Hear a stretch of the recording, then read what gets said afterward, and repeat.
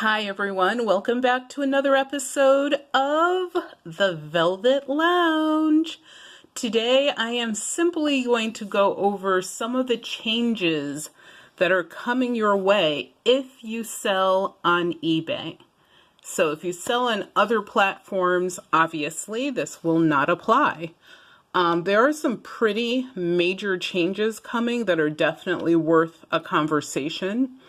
One of them, I'm going to just get right into this. I'm not even going to pause, except to ask you to give us a thumbs up at some point in this video before you exit it. So one of the things that eBay is finally going to start taking a little bit of law and order on are the abusive buyers. We all probably have had, it depends upon how long you've been doing this. So I'm going to say if you've been doing this for, I would say, of course, as long as I've been doing it, then you've had, probably 5 or 6 abusive buyers. It depends upon how you set up your own rules. I actually have a legalese filled paragraph that is pasted into all of my listings. And because of that, I think I've been doing this since 2003. I've only had maybe 4 or 5 abusive buyers. One of my abusive buyers was actually quite hilarious. He actually sent proof that what he was saying was not true. I had another person, actually 2 people, totally separate transactions during different years that tried to defraud the United States Postal Service. And they actually contacted me to say that, there was a problem because one person was in California and was talking to the postmaster in that office, and they had a lot of complaints about that person. And so they were watching them. They did not know that. And then another person who tried to defraud the U.S. Postal Service was someone that I worked with a postmaster on. And once again, they found this person had a track record, and that was actually earlier last summer. And they were able to track this person down. They were charged with postal fraud and some other things. I did not have to testify. All I had to do is give some information, as well as obviously let them keep the package, give them proof, the whole 9 yards, whatever. And then I had just a couple of people who were like, I didn't receive the item. And the funny thing is, of course, the tracking showed they actually received the item several days before they claimed they never received the item.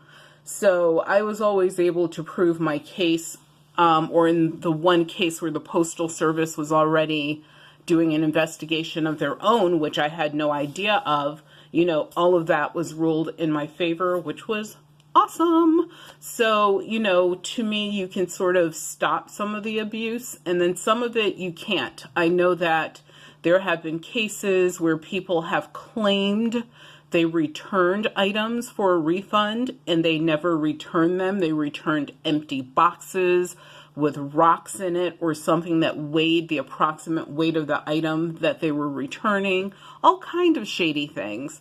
So it's really good to see that they are going to implement some things that, are stronger measures so that it will help out sellers at least a little bit. It's not going to stop everything. So some of the things they talked about is, if they find that a buyer is frequently abusing the policies, then that person will, they'll either be suspended or banned, which is kind of what they do now. The thing is, it is usually really incredibly hard for that to ever happen. But supposedly now it's going to be a bit easier for us, as sellers to report these violations.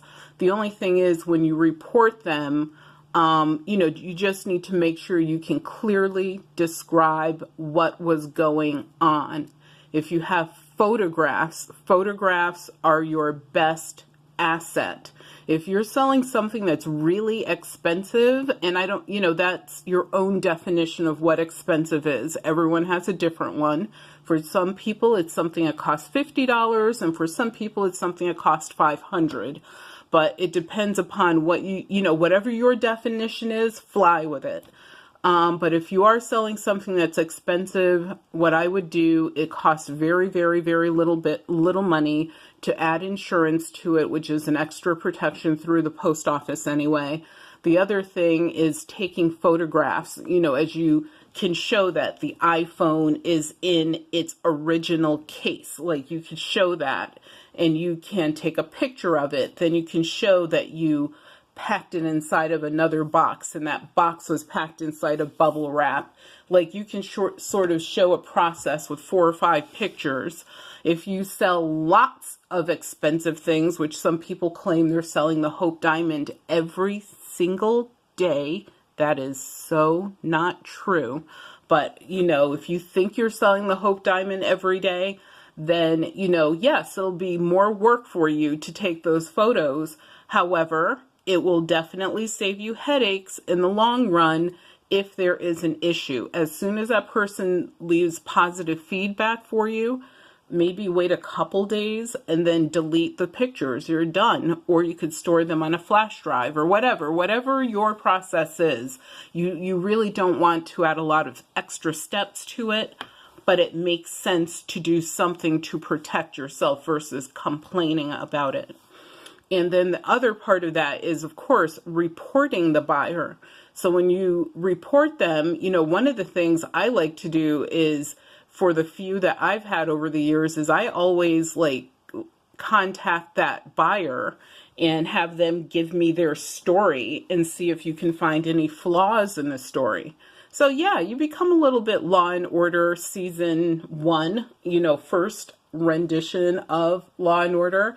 But, you have to protect your investments, which is what they are, and especially if it's worth your time to do so because you think that the item is expensive enough, then you go that little extra mile, get that information, see if you can read anything between the lines like I did with a guy who tried to claim that an item that he purchased from us, which was expensive, was not authentic. And then he actually put a copy of the photos that he took of a test he did, which proved that our items were not only authentic, they were better, higher grade than what we were advertising for, which we knew, in which that was also in the written description. But, people do stupid things. Criminals are not stupid in one respect, but they're dumb in another.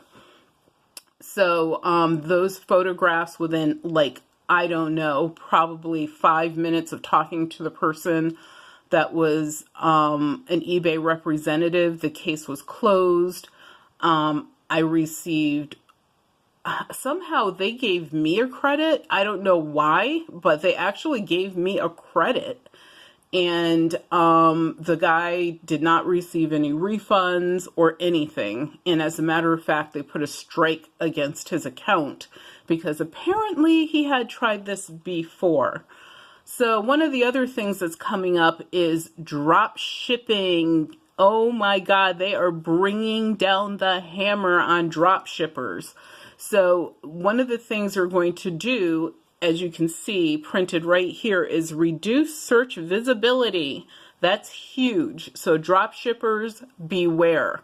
Your items will no longer show up as, super prominent. They will be lower in the search results. And what that does is it gives sellers who are, out there acquiring their own inventory for sale versus, selling as a second party, the opportunity to show up higher in the search results. I think that's fair. I have no issues with that. And one of the things I think eBay is finding is that with a lot of this drop shipping, people are drop shipping. They have so many sellers who are drop shipping the same exact items. So I think this is just my interpretation. They're figuring out that if this is a drop ship item, which could easily be something as simple as this Boya microphone that I'm using. I'm sure there's tons of those out there.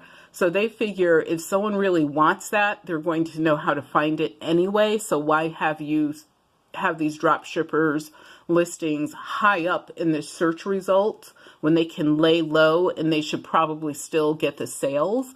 And also what that might do is reduce the number of items that are repeat items being sold by different sellers all over the world. So my husband and I were talking about that, and I was like, I don't play or hate on it. I'm pretty good with that because, when I'm searching for something and I see that there's like 30,000 of them, it does become a little bit irritating. So, be choosier about what you select for drop shipping. Just because your friend Peter is doing well with, geographic bow ties with alien antenna, please don't go out there and also buy the same thing if you see a ton of people have done the same. And then the other thing that does, it drags the price down. I can't even say drag long enough. It super drags the value and the price down for those items because everyone's competing to take that nosedive. Yes, you've heard me use that term before, nosedive to the bottom, simply to make a sale, and they cannot be making that much money off of those sales. At the end of the day, I believe they're probably losing money after they add in every single thing it takes to acquire, to sell, from that whole timeline, everything that's in between there. There's a bunch of little incremental steps that have to be taken, to get that, to buy those items or acquire them, and then to get them to market, and then to actually get them sold. And how long does it take to do that in some cases? And also, how much inventory were you required to buy if you were buying it like wholesale or something, or you got a deal where they were like, well, you have to take all 5,000 of them. I mean, it's just I think a good thing that they're looking at.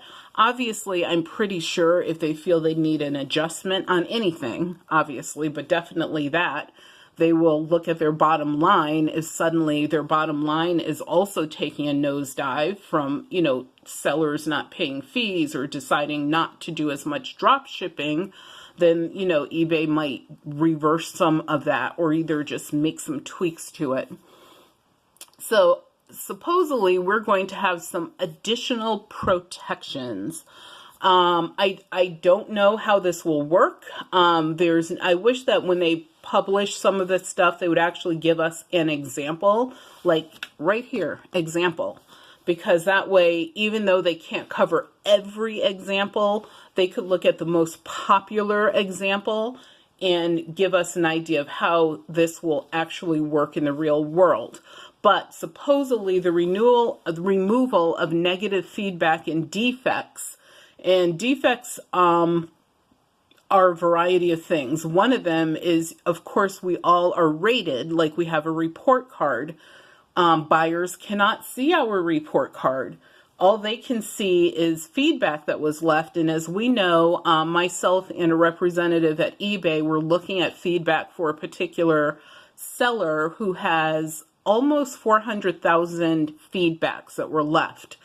And so I made the point to tell them this person has 400,000 plus feedbacks almost, but you have to remember there's probably 200,000 people or either 200,000 items that no one left feedback for because you don't have to leave feedback. And their negative and neutral feedback was a total of about 2,500. And as you know, feedback, negative feedback, any feedback that you can actually see the words for, that's calculated over 12 months. So you know that that person is not doing as well as their numbers somehow maybe portray them to the public because the actual behind the scenes report card is not visible to the public. I don't, that's another one where I'll say I'm not player hating on that either. But, being able to remove negative feedback and defects so that your report card rating, and that's what I call it, is, not impacted. Of course, the feedback the public sees, you don't want that impacted. One of the things I noticed is they said something about removing negative feedback, but they didn't say anything about neutral. So to me, if a person has tons of neutral feedback, they're probably taking a ridiculous number of returns, and the person who left the neutral either left neutral because they received a full refund, didn't have to mail the thing back, or maybe a partial refund they were okay with, and they, of course, did not have to mail the thing back. Either way, I think if it's negative or neutral, I kind of look at both of them as negative. And it does not address in their new ways to protect us how that would be reflected. Will neutral be included in this, or is it just negative? And they said that, like, if you show that you've done everything correctly, such as your tracking shows that you got that address label printed in time, the delivery was by the date or sooner than what was promised, or, there's things beyond your control, which to me never should have been a negative for anyone out in the world. You can't control the tsunami or the blizzard that came through, or the delays with the post office or FedEx or whoever you use for your carrier. If you can prove those delays, then they will remove anything that's negative against you so that, your timing looks right. Obviously, feedback the public left is not, left as a negative, etc. Also, partial refunds that are in the return flow. If someone returns something to you and let's say it was brand new, and when you get it, it's used, or if it was opened, which that part I kind of don't get. Like, if the item is, why wouldn't the person open the item? Because what if there's nothing in there, or it's a rock, or I don't know. Like, that part I sort of don't agree with, but the used part of it, 100% agree with. And if you offer free returns, then, that's something that they're looking at as well. So that there's a little more leniency for sellers as far as having a little bit more protection than what was out there before, which is a good thing for good sellers. It's actually a very good thing. So, of course, we talk about how your track record matters. We all know that. Like, eBay is technically, in my opinion, it's all about your track record.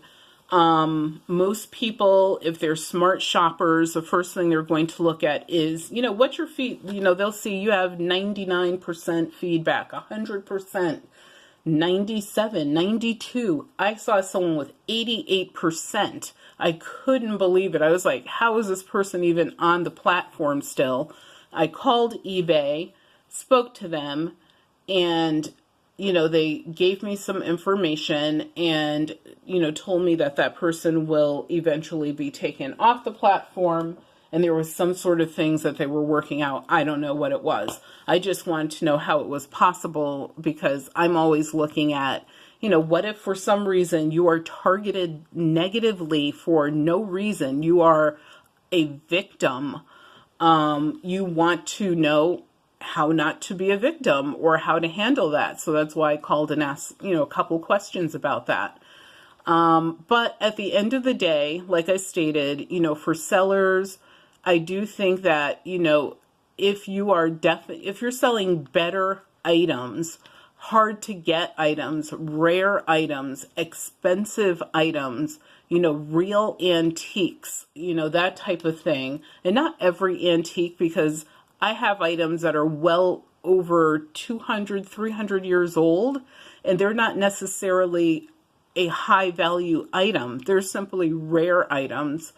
as far as the fact that they'll never be made again. But there's lots of them out there, but once they're gone, they're gone.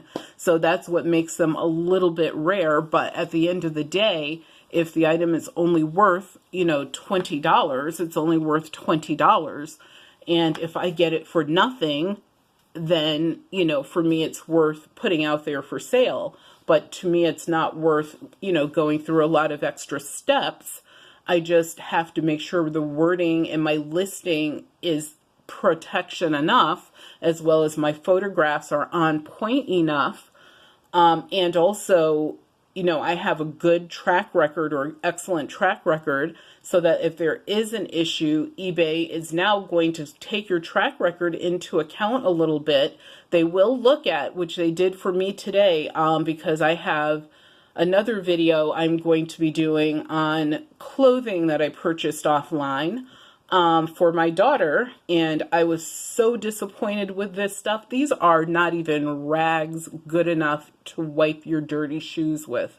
I was so unhappy with these clothes. You just wouldn't believe it. And it took like I'm going to say the one that I received the soonest came in about 2 weeks. Ironically, that was the best piece. The other stuff that took 3 to 4 weeks, garbage, absolute garbage. And people know how to make decent clothing out of recycled materials and everything else. So there's no excuse for what we received. And I was really unhappy. I'm always unhappy if anything negatively impacts my child. So something as simple as purchasing some clothing for her. Yeah, that made me unhappy because I was looking forward to giving her this stuff. And I now cannot give it to her because I would never have, I mean, I don't even know who would be appropriate to wear this stuff. So, that will be a separate video. Actually, it might be the next one that I filmed tonight. And I'll show you some of what we received and what happened with that. But at the end of the day, as far as seller protections go, it's good to see that eBay definitely listened to some information. The drop shipping people, I hope that you are paying attention because that announcement is huge. And it might negatively impact your business as far as sales goes. You might see your numbers go down because you are not going to end up at the beginning of the search. You will end up somewhere lower in the search.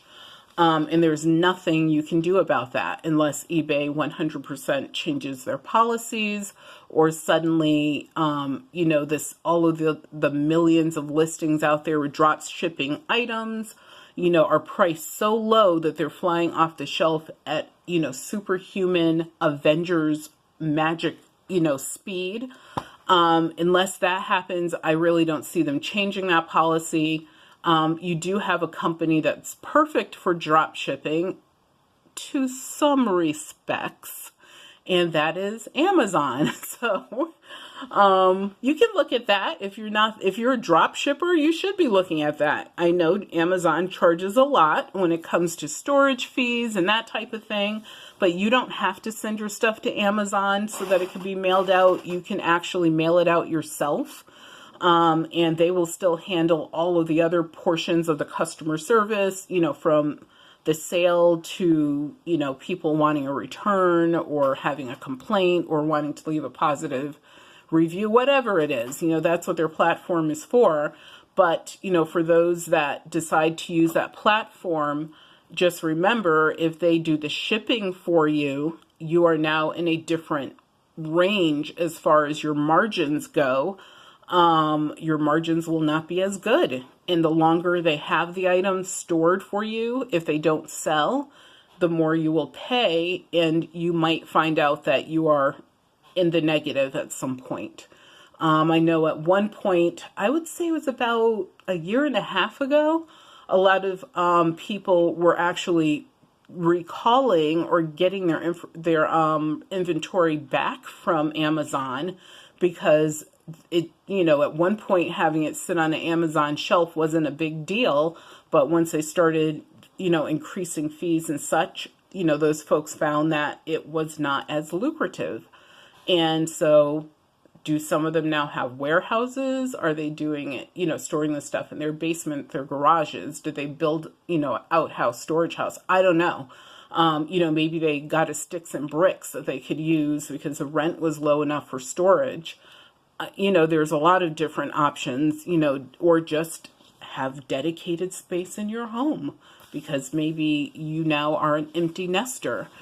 Anything is possible. Like, it's not like it's not doable, and it's not as if you can't save some money. But once again, it goes back to how many steps do you want to add to your workflow? So good luck, drop shippers. Yay to some new seller protections. And hopefully you don't need to use the seller protections, obviously. But if you do, at least you know that there's something more there as a tool. Thank you guys for tuning in this evening. Please give me a thumbs up for this video and take care of yourselves.